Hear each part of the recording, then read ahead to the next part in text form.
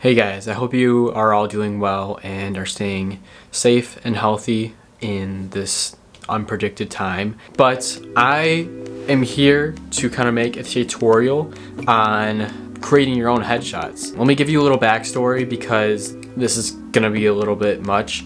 So within the last couple of years, mainly the start of high school, I've been wanting to get more into acting. I don't think I was really ever into acting during middle school, but I somehow just kind of really transitioned into opening up during high school. So I took acting my sophomore year. It was my second semester, and I was able to gain a little bit of acting experience. From that, I took speech, which is an extracurricular in my school. So this past winter, out on the speech team, and I got to learn a little bit more about acting. So that was really fun. But the point is, I got my headshots done during the acting class. Looking back at them, they're not up to the quality I want it to be at. So I wanted to get I want to take the chance to actually try to take my own headshots in my own room. And I'm gonna give you a short, kind of rough tutorial on how to do all this because I'm not good with lighting. I have some lighting equipment that I'll be able to use, but I want to kind of see what I can do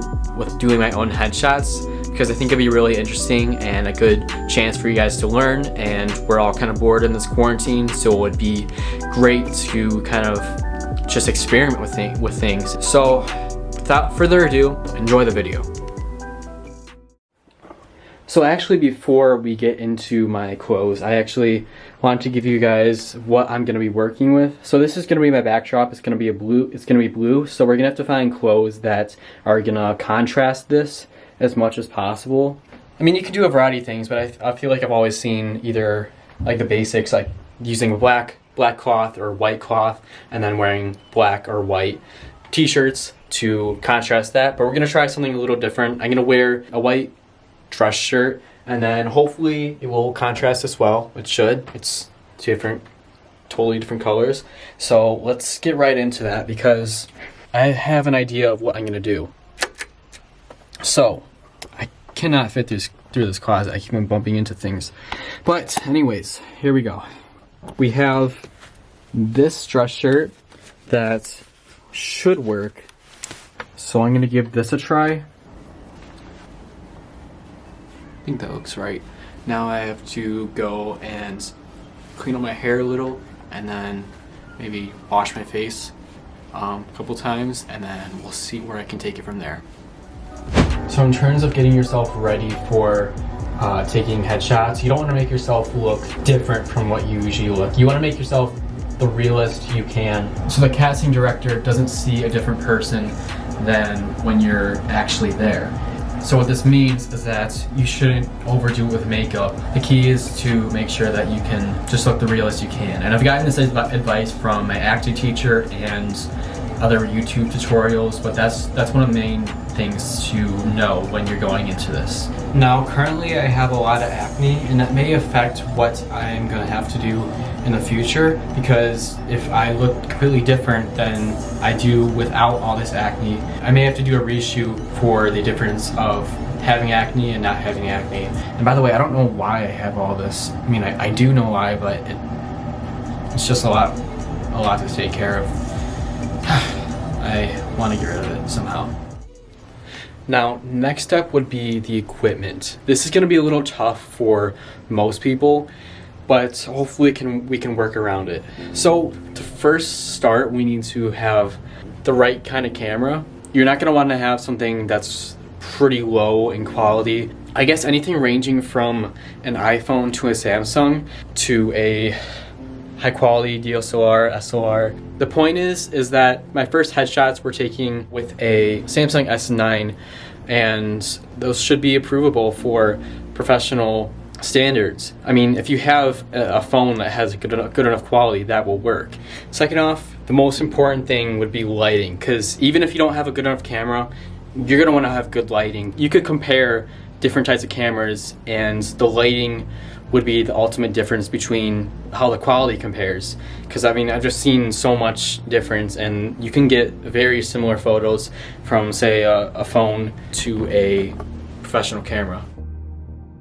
Now I have this lighting set that I got a couple years ago. It's kind of broken, but I'm gonna try to make the best I can with it, and hopefully we can get some good results. All right, so I have the lights up now, and as you can see, they're pretty bright. The point is that you're gonna want to have some type of lighting, whether it be something like this or some type of lamp.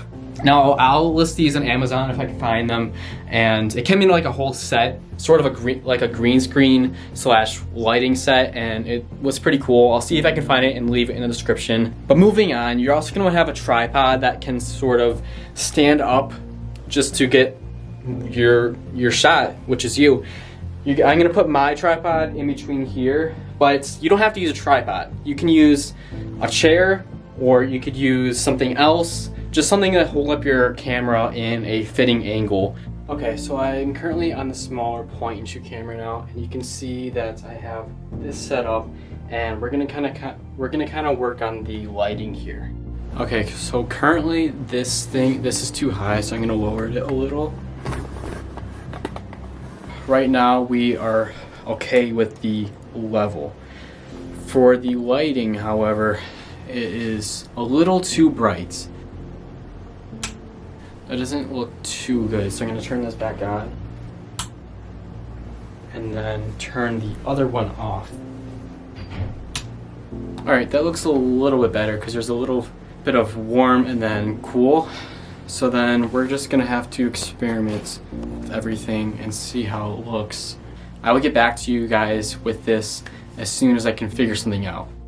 So this is what it looks like. It may not be the best, but it's something, and I took a lot of time to experiment with everything. I hope I came out with a satisfactory result. Obviously, they're way better, and I'm not even close, but as someone who doesn't use lighting that often, it's pretty tricky. You have to get the right angles.